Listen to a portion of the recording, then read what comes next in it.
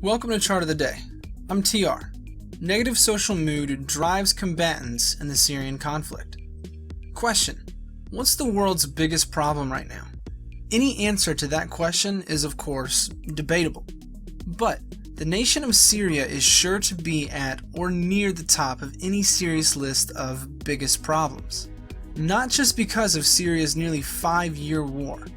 Not just for being the bloodiest example of how the Arab Spring became the Arab Winter.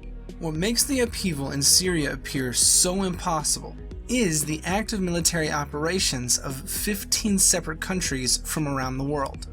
The conflict also involves non-state actors, such as ISIS, the Kurds, and Hezbollah, plus other outside militias with all sorts of motives.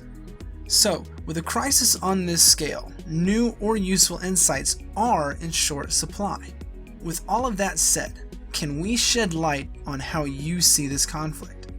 In a word, yes. This chart does reveal an insight you will not get anywhere else about the war in Syria. It's from the current issue of the Socionomist, and is actually a chart of charts along a 10-year timeline. It shows the national stock indexes of 12 nations, now engaged in the Syrian conflict. The published chart actually includes 5 additional countries. Here we show only 12 to keep the chart legible on a screen. So, the chart identifies the country for each index: Russia, Saudi Arabia, Jordan, Bahrain, and so on. And the chart also reveals 2 crucial facts about the stock indexes in these countries.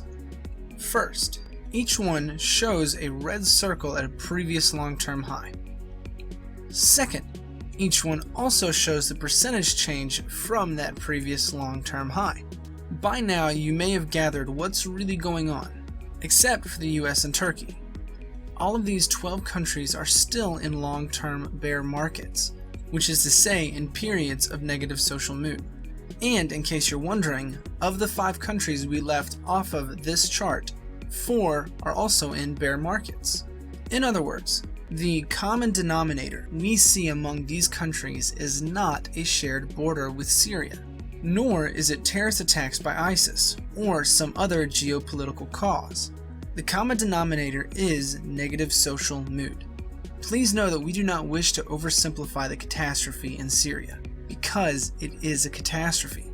Conservative estimates say the conflict has cost 250,000 lives. At least half of those deaths are civilian. Other estimates go much higher. The UN High Commissioner for Refugees estimates that 4 million refugees have fled the conflict. Negative social mood is a credible root cause to explain the intractable problem of Syria.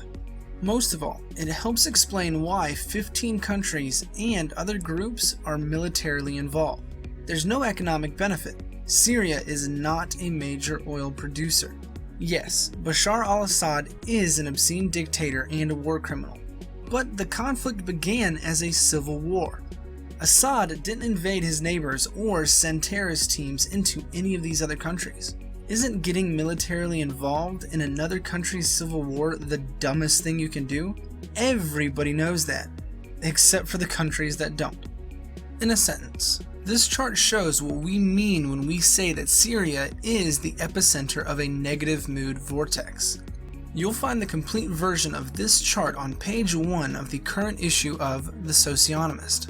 The link on screen or just below explains a combined special offer for The Socionomist with our flagship service for investors, the Financial Forecast Service. Thanks for your time.